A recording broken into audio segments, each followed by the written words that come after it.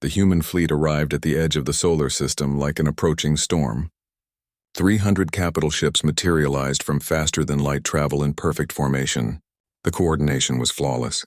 Every vessel appeared exactly where it was supposed to be, exactly when it was planned. Admiral Zekthor's sensors screamed warnings. His damaged ships were scattered and barely operational. Many had lost shield generators. Some were running on emergency power. Against a fresh, organized human fleet, they had no chance. "Admiral, multiple contacts," his sensor officer reported, his voice breaking with fear. 300 capital ships, 600 support vessels. They're launching fighters and attack drones. Thousands of them! We're completely surrounded. Zekthor felt a strange calm settle over him. He had commanded fleets for 40 years. He had conquered worlds and defeated armies.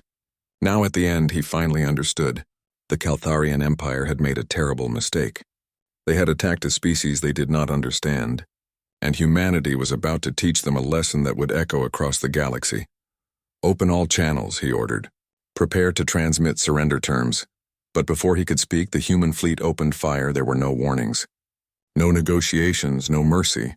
The humans had been attacked without provocation. Now they were responding in kind. Railguns fired in continuous streams. Laser batteries carved through space. Missiles filled the void between the fleets like a swarm of angry insects.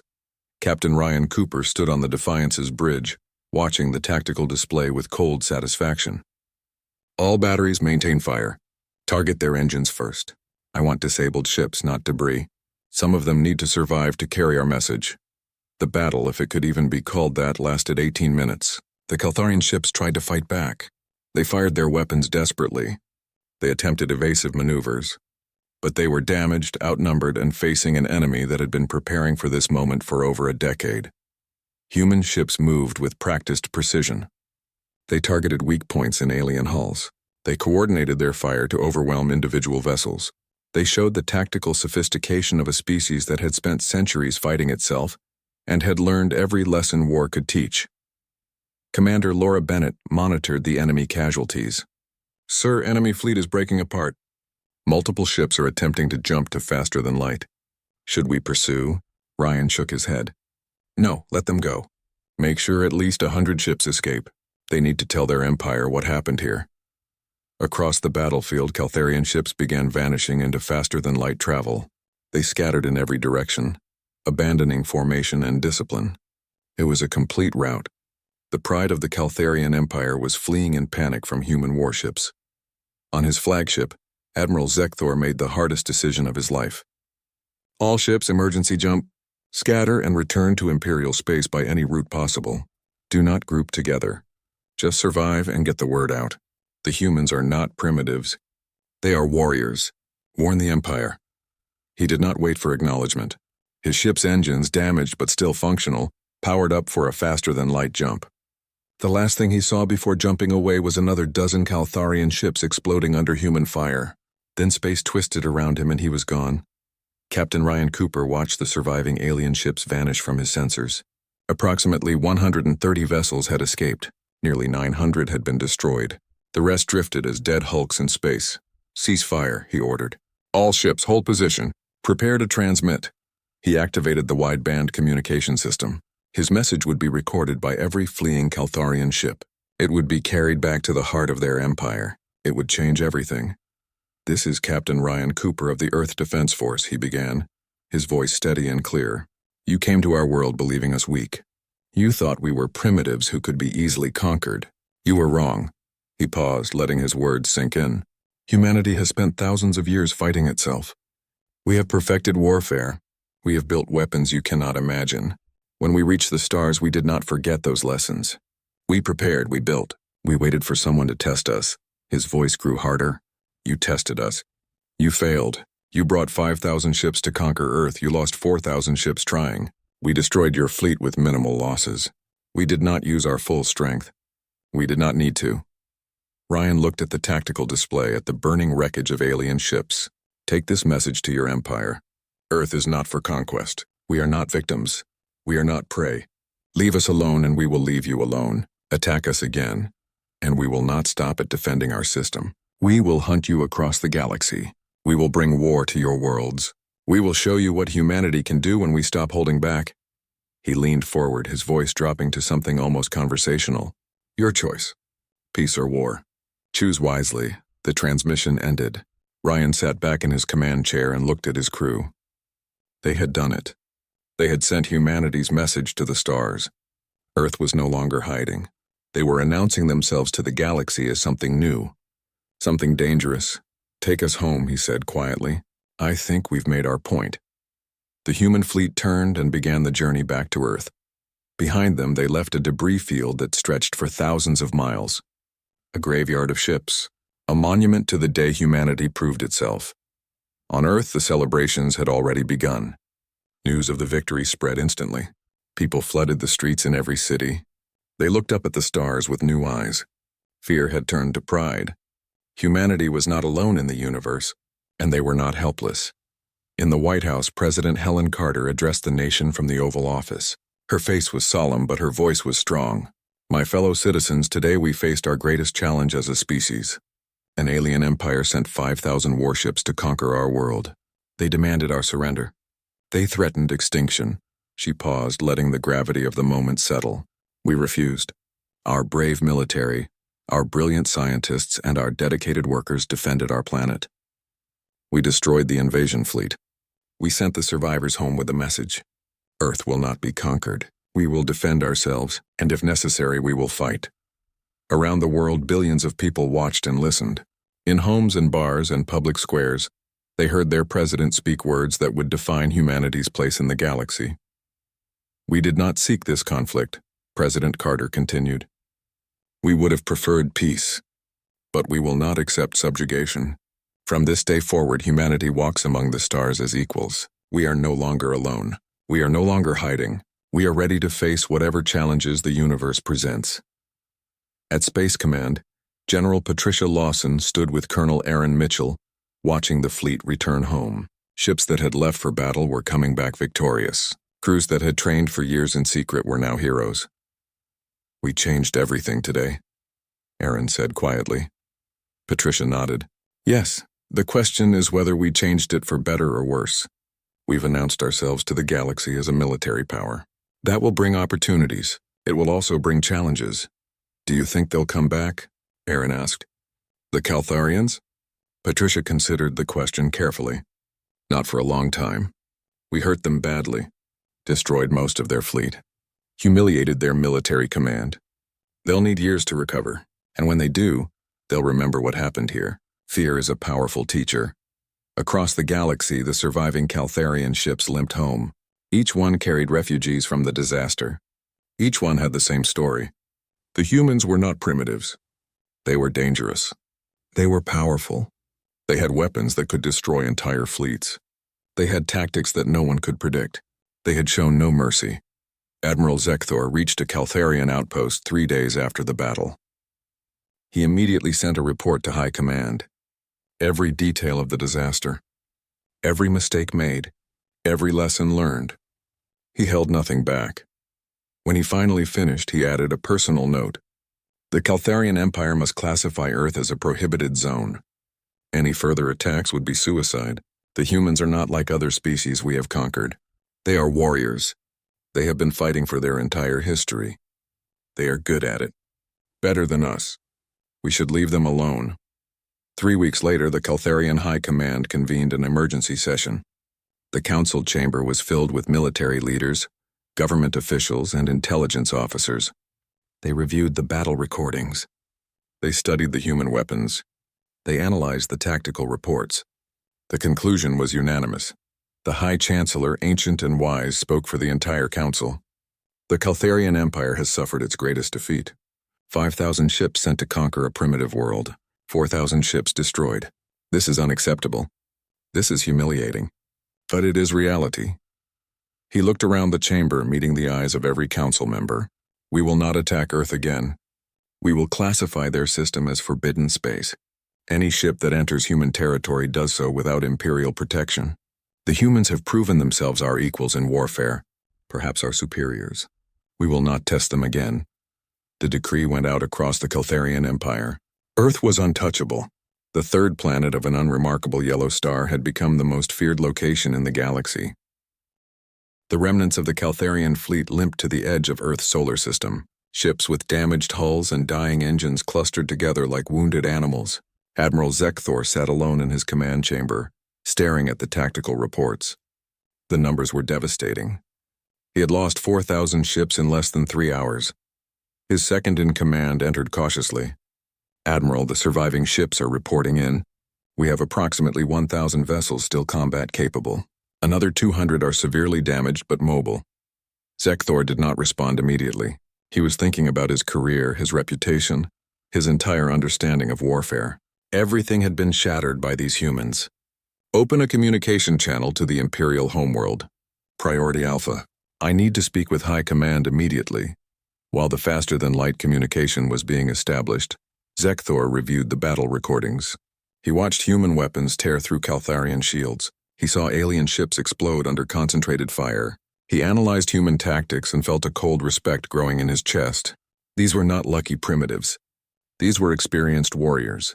The humans fought like a species that had spent thousands of years perfecting the art of killing. Their weapons were brutal and efficient.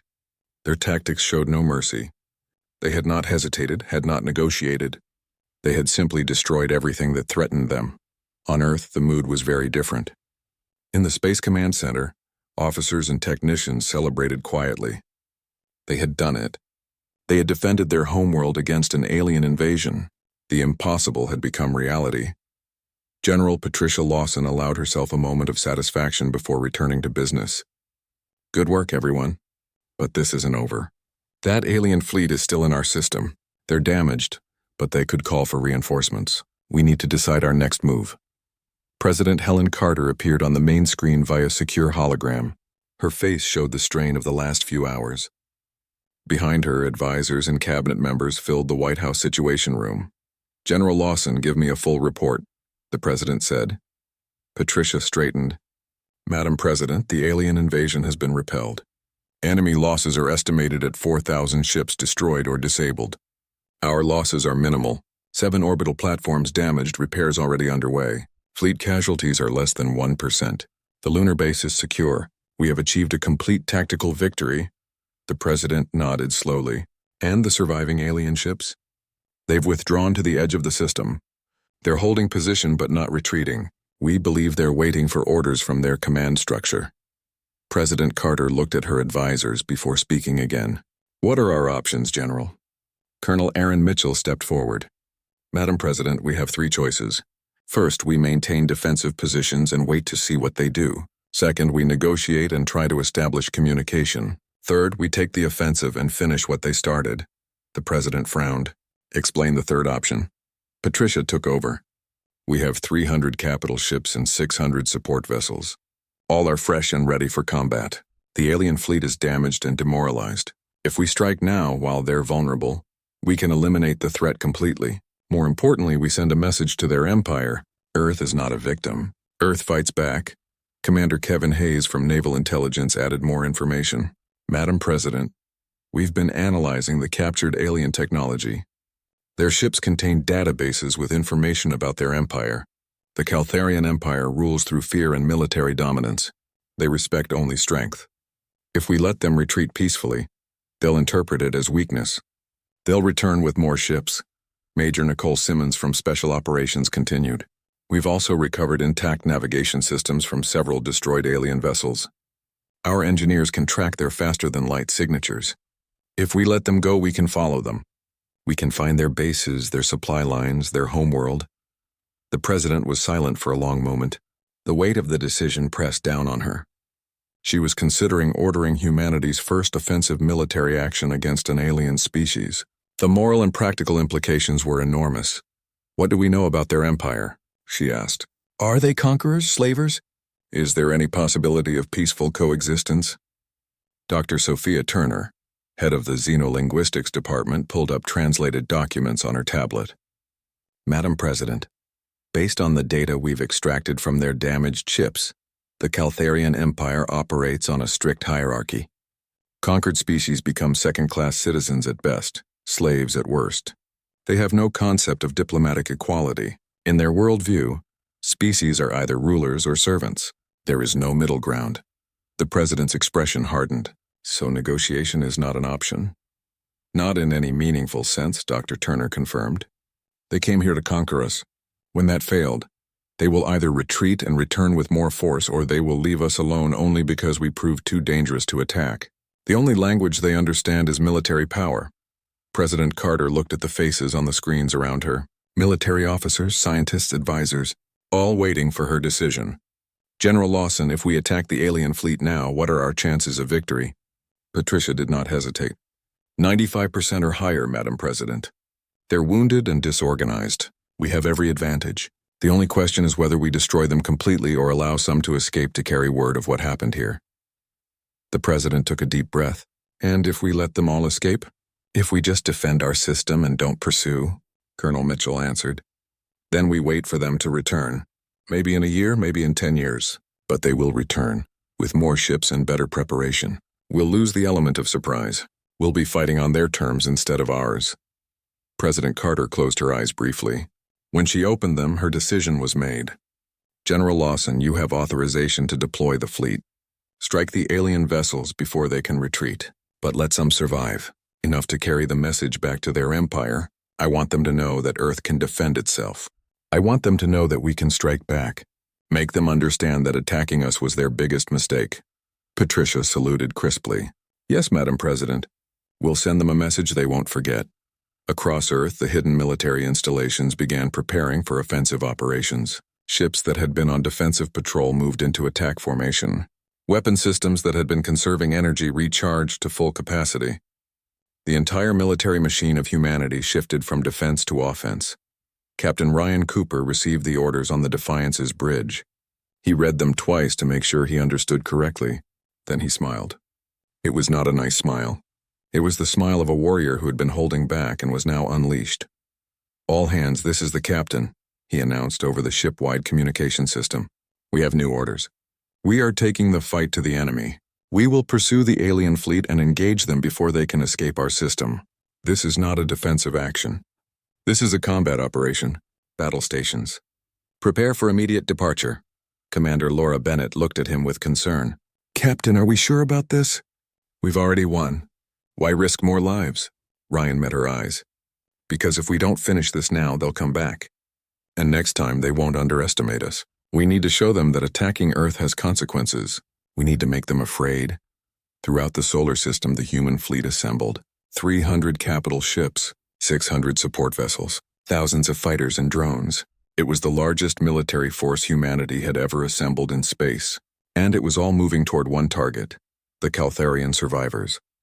On his damaged flagship, Admiral Zekthor finally received a response from High Command. The message was brief and brutal. Hold position. Reinforcements are being assembled. Do not retreat. Do not surrender. The honor of the Empire is at stake.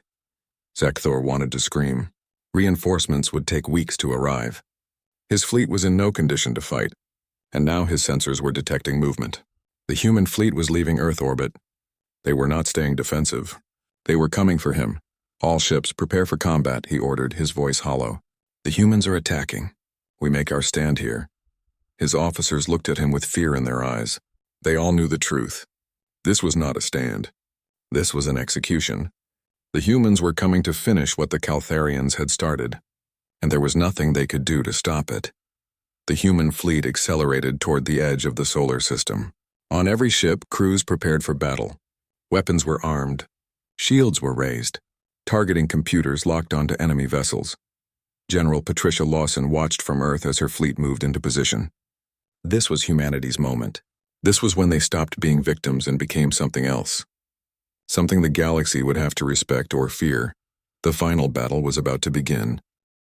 The space around Earth's moon had become a graveyard. Debris from destroyed Caltharian fighters drifted in clouds. Bodies floated among the wreckage. Warning alarms filled the alien ships as they realized the humans were not just defending. They were winning. Commander Lisa Grant watched her tactical display with cold satisfaction. The numbers were clear. The alien fighter screen had been reduced by 60%. Their attack coordination was breaking down. They were starting to panic.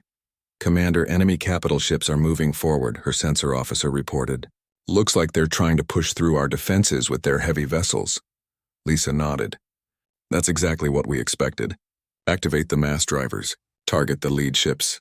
Let's show them what we built into this moon. Deep beneath the lunar surface, massive electromagnetic launchers came online. These weapons had been constructed over a decade. Originally designed to launch cargo containers to Mars and beyond, engineers had modified them for military use. Now they were siege weapons of terrifying power. The first mass driver fired with a deep vibration that could be felt throughout Armstrong Base.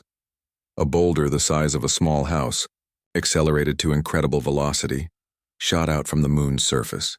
It traveled through space faster than any missile. The Caltharian shields, designed to deflect energy beams and small projectiles, were useless against such a massive object moving at such speed. The boulder struck a Caltharian heavy cruiser directly in its midsection. The ship's hull crumpled like tin foil. Internal explosions ripped through the vessel. It broke into 3 pieces, each tumbling away into space. More mass drivers fired. More enormous rocks became weapons. The Caltharians had never encountered anything like this. Their tactical doctrine had no defense against kinetic bombardment on this scale. Ships that had survived dozens of battles across the galaxy died to simple rocks thrown with enough force to shatter worlds. Admiral Zekthor gripped the arms of his command chair so hard his claws dug into the metal. How many ships have we lost? He demanded. His tactical officer's voice shook. 1,342 destroyed. Another 300 severely damaged. Admiral, we're being slaughtered. We need to retreat. Zekthor wanted to give that order. Every instinct screamed at him to flee. But he was an officer of the Caltharian Empire. His entire career had been built on victory. How could he return home and admit that primitive humans had defeated him? Deploy the heavy assault carriers, he ordered. Launch the boarding pods. If we can't destroy their moon base, we'll capture it. Send in the ground troops. Massive carrier ships moved forward, their armored hulls bristling with weapons. From their launch bays, thousands of small pods shot toward the lunar surface. Each pod carried 10 Caltharian soldiers in full combat armor. The Empire's ground forces were legendary. They had conquered countless worlds in close combat. On Armstrong Base, alarms rang as the sensors detected the incoming boarding pods. Commander Lisa Grant switched to the ground defense channel. All security teams prepare to repel boarders. Seal all external hatches. Activate perimeter defenses. But the boarding pods never reached the lunar surface. Human interceptor drones swarmed them like angry bees. The small pods had no shields, minimal armor. They were designed to deliver troops, not fight in space. The drones tore them apart with surgical precision. Captain Jake Morrison flew his fighter through the chaos, coordinating the automated systems. He was one of the few human pilots in the battle, leading Phoenix Squadron. His job was to provide strategic oversight while the AI-controlled drones did the heavy fighting. Phoenix leader to all units. He transmitted, "Enemy is attempting a ground assault. Interceptor drones, priority target all boarding pods. Don't let a single one through." The drones responded instantly. Thousands of automated fighters shifted their focus. Laser fire and micro-missiles filled space.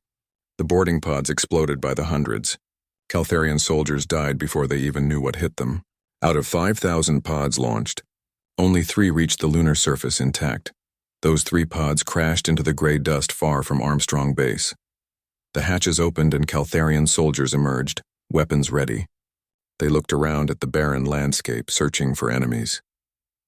They found none. The area was empty. Then the ground beneath them exploded.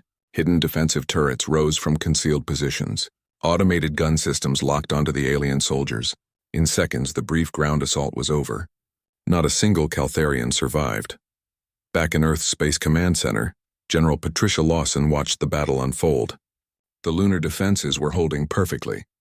Better than holding. They were destroying the enemy fleet piece by piece. But she knew this battle wasn't over yet. "General, the alien fleet is pulling back," Lieutenant Daniel Cruz reported. "They're retreating beyond the moon's orbit, regrouping." Colonel Aaron Mitchell frowned. "They're not running yet. They're trying to figure out a new strategy. We hurt them badly, but they still outnumber us." Patricia nodded. "How many enemy ships remaining?" "Approximately 1,800 combat-effective vessels," Aaron replied. "We've destroyed or disabled 1,200 of their ships. Our losses are minimal. 7 orbital stations damaged but repairable.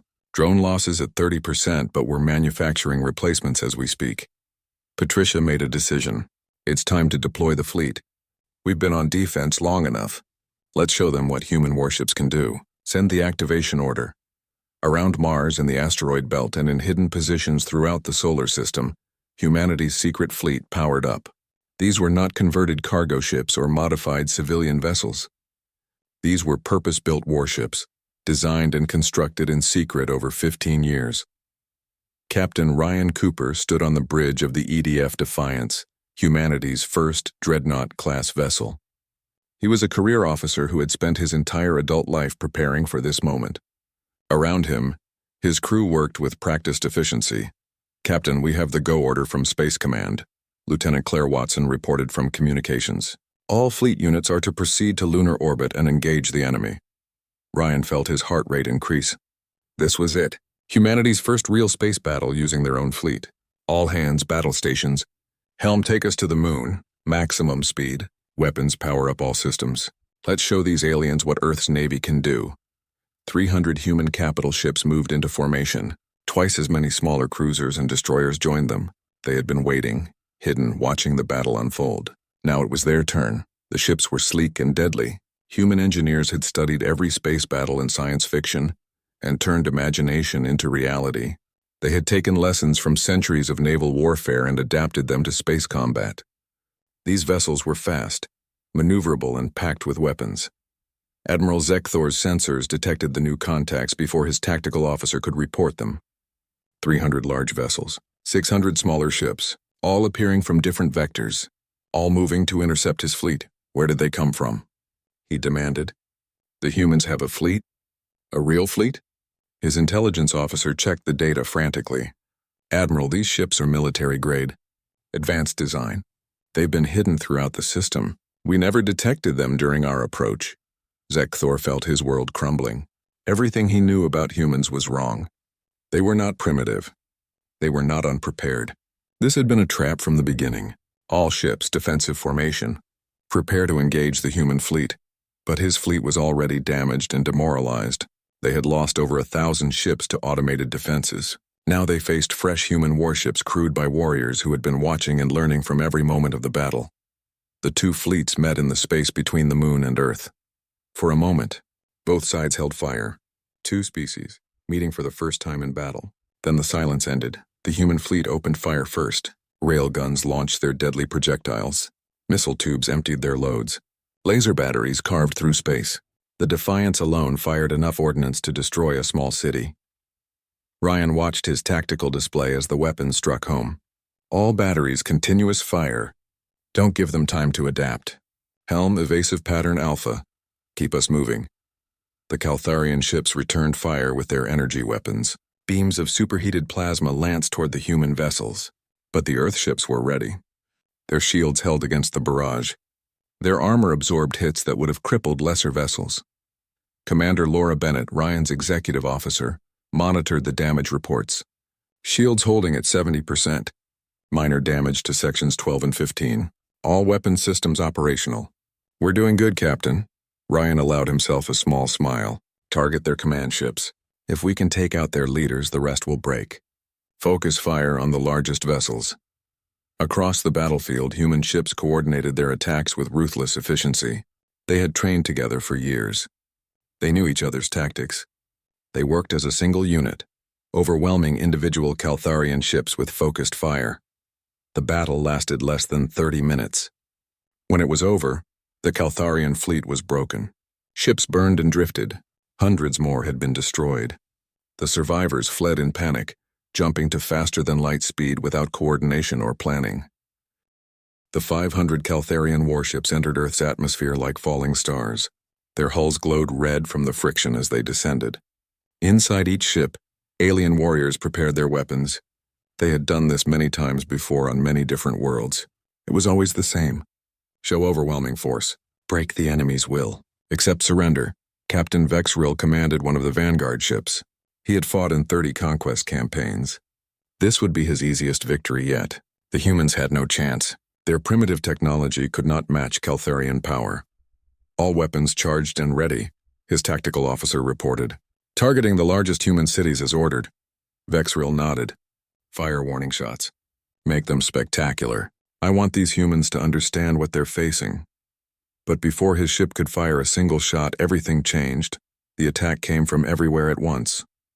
From the ocean depths, massive railguns fired tungsten projectiles at incredible speeds. The metal slugs traveled so fast they were barely visible. They hit the Caltharian shields with devastating force. The shields, designed to stop energy weapons and missiles, could not handle solid objects moving at such velocity.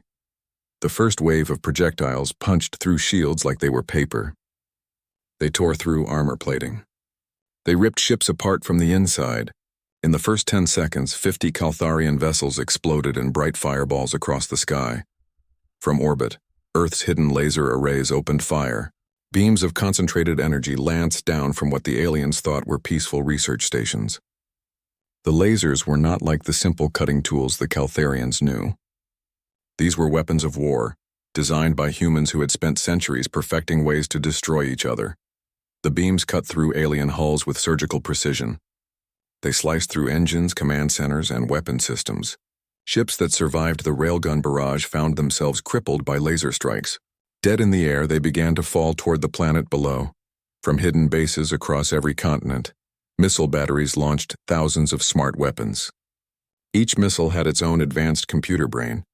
They dodged and weaved through space, avoiding the Caltharian point defense systems. Then they struck, slamming into weak points in the alien armor. Explosions bloomed across the sky like deadly flowers. Captain Vexril watched his tactical display in horror, as ship after ship vanished from the screen. "Shields at 20%, his engineer screamed. "We're taking hits from multiple directions. I can't compensate. Return fire," Vexril shouted. "All weapons, fire at will." His ship managed to launch 3 shots before a railgun projectile struck it directly in the engine core. The ship exploded in a brilliant flash. Vexril and his entire crew died instantly. They never understood what had killed them. In the Space Command Center, the officers watched the battle unfold on their displays. The numbers told the story. 470 alien ships destroyed, 30 remaining. Combat duration, 3 minutes and 14 seconds. Lieutenant Kyle Brennan couldn't keep the excitement from his voice. "General, the Vanguard is eliminated. We have 0 losses. The remaining 30 ships are trying to retreat." Patricia watched the fleeing alien vessels. "Don't let them escape. Orbital batteries, target those ships. I want a clean sweep." The orbital weapons shifted targets. More laser beams reached out across space. More missiles launched from their hidden silos. The 30 surviving ships never made it out of Earth's atmosphere. They fell as burning wreckage into the oceans and deserts below. Lieutenant Daniel Cruz turned from his console. "General, we're detecting massive activity from the main alien fleet. They're holding position beyond lunar orbit. Looks like they're analyzing what just happened." Colonel Aaron Mitchell studied the enemy fleet positions. "They're shocked. They weren't expecting any resistance at all. Now they're trying to figure out what hit them." Patricia nodded slowly. This was the critical moment. Would the aliens retreat, or would they attack with everything they had? Send another message. Tell them they have one chance to leave peacefully. If they attack again, we will destroy them all. On the Caltharian flagship, Admiral Zekthor stared at his tactical display in disbelief. 500 ships, an entire Vanguard force, destroyed in less than 4 minutes. The sensor data made no sense.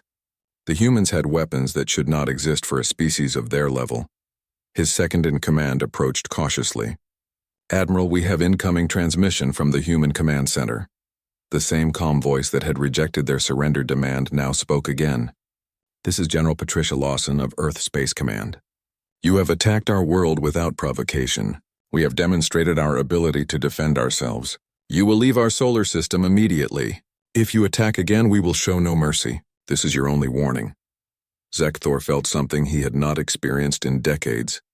Fear. Real fear. These humans were not primitives. They were warriors. Dangerous warriors with weapons technology that matched or exceeded Caltharian capabilities. But he was an admiral of the Empire. He had his orders. Retreat was not an option. The Empire did not flee from anyone. "Prepare the main fleet for assault," he ordered, his voice tight. "We will overwhelm them with numbers. Launch all fighters. Deploy the heavy cruisers. I want every weapon ready." His officers hesitated. They had all seen what happened to the Vanguard. But discipline held. They began executing the Admiral's orders.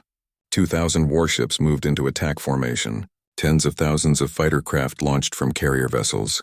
The Caltharian Empire was about to throw everything it had at Earth. Back on Earth, in homes and cities around the world, people watched the news with mixed fear and hope. They did not know about the secret weapons. They did not know about the years of preparation. They only knew that aliens had come to their planet, and their military was fighting back. A young woman named Emma Brooks sat in her apartment in New York, watching the news coverage. Her father, Greg Brooks, sat beside her. He worked in construction and knew nothing about military matters. But he held his daughter's hand tightly. "Dad, will we be okay?" Emma asked quietly. Greg looked at his daughter and forced a smile. "We'll be fine, sweetheart. Our military knows what they're doing. Trust them." He wished he felt as confident as he sounded. On the television screen, footage showed explosions in the sky. Burning wreckage falling into the ocean. The reporter's voice was tense as she described the alien attack and Earth's response. In the Space Command Center, sensors detected the alien fleet beginning to move. Lieutenant Amy Foster's voice was steady despite the tension. "General, the main fleet is advancing. 2,000 ships. They're launching fighters. Estimated contact in 30 minutes. Patricia looked at the holographic display. This was going to be a real battle. The warning shots were over. Now came the true test. Activate the lunar defense grid. Launch all drone wings. Power up the mass drivers. Colonel Mitchell. Begin evacuating non-essential personnel from the orbital stations. Aaron began issuing orders quickly.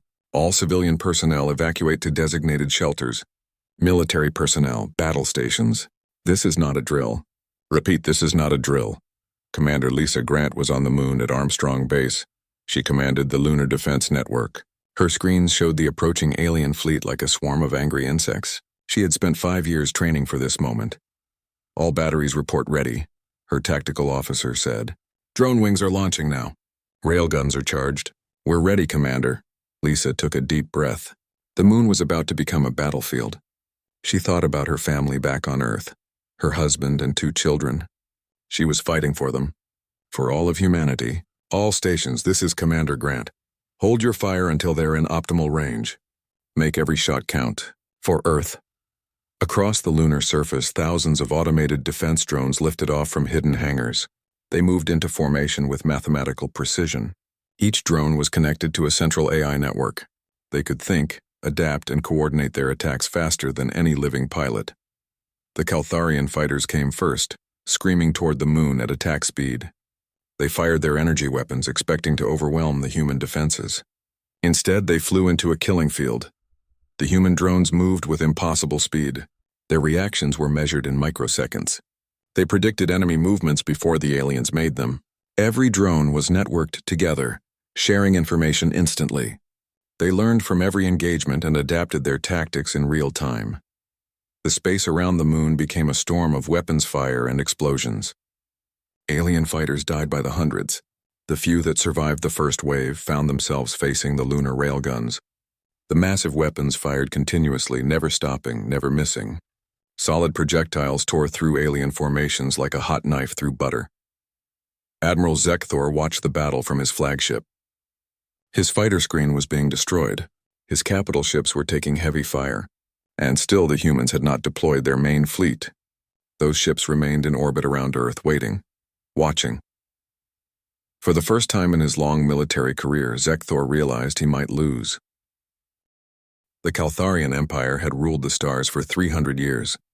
They had conquered 47 different worlds across the galaxy. Every species they met had either surrendered or been destroyed. Their warships were massive and powerful. Their weapons could destroy entire cities in seconds. No one had ever defeated them in battle. Admiral Zekthor stood on the bridge of his flagship, looking at the screen before him. He was a veteran warrior who had fought in over 100 battles. His dark armor was covered with medals from countless victories. Today he felt confident. His mission was simple: conquer a primitive planet called Earth. The scouts had brought back information about this world. The humans who lived there were weak. They had only recently reached their own moon. Their technology was basic. Their weapons were outdated. This would be an easy conquest, just like all the others. Zekthor looked at the fleet surrounding his flagship. 5,000 warships filled the darkness of space. Each ship carried enough firepower to level a mountain. The entire fleet together could crack open a planet's surface. Against primitive humans, it would be like using a hammer to crush an insect. "Admiral, we are approaching the target system," his navigation officer reported. "We will reach the outer planets in 2 hours." Zekthor nodded. "Maintain formation. Prepare the standard conquest message. These humans will surrender quickly once they see our power." Far away on Earth, Dr. Marcus Webb sat in his office at the Lunar Observatory. He was drinking coffee and studying the latest data from the deep space sensors. It was a quiet night. He expected nothing unusual. Then his screen suddenly lit up with warnings. Marcus leaned forward, his coffee forgotten. The sensors were detecting something massive. Thousands of objects were entering the solar system. They were moving in perfect formation. They were slowing down as they passed Jupiter. This was not natural. This was not asteroids or comets. His hands shook as he reached for the phone. He dialed the emergency number for Space Command headquarters in Colorado. The phone rang 3 times before someone answered. "This is General Patricia Lawson. What's the emergency?" Marcus tried to keep his voice steady. "General, this is Dr. Webb at Lunar Observatory. We have incoming bogies. Unknown vessels. I'm counting approximately 5,000 signatures. They're currently passing Jupiter's orbit and decelerating." There was a brief silence on the other end. Then Patricia spoke, her voice calm and controlled. "Send me all your data immediately. I'm activating the defense protocols." Marcus uploaded the information and watched his screen. The unknown ships continued their approach. They were still millions of miles away, but they were definitely heading toward Earth. His heart pounded in his chest. Humanity had always wondered if they were alone in the universe. Now they had their answer, and it didn't look friendly. At Space Command headquarters, General Patricia Lawson walked quickly into the command center. Officers and technicians filled the large room, all focused on their screens and displays. A massive holographic projection showed the solar system with thousands of red dots approaching from the outer edge. Patricia had been preparing for this moment for 20 years. Ever since humanity had developed faster-than-light travel 15 years ago, they had known the truth. They were not alone, and the galaxy was not a friendly place. Earth had spent those years preparing, building, creating weapons that no one knew about. Lieutenant Daniel Cruz turned from his console. He was young but well-trained. "General, we're receiving a transmission from the unknown vessels. Audio only. The computer is translating it now." Patricia stood in the center of the room, her arms crossed. "Play it!" A cold mechanical voice filled the command center. Every person in the room stopped to listen. "Primitive species of the 3rd planet. You will submit to Caltharian rule. Resistance will result in total extinction. You have 1 planetary rotation to surrender your world. Prepare for occupation," the message ended. Silence filled the room. Then Patricia smiled. It was not a friendly smile. It was the smile of someone who had been waiting for this moment. Colonel Aaron Mitchell stepped beside her. He was her tactical advisor and had been with her since the beginning of the secret defense program. "Your orders, General?" Patricia looked at the holographic display. 5,000 enemy ships. They probably thought this would be easy. They had no idea what was waiting for them. "Send them a response. Tell them we decline their offer.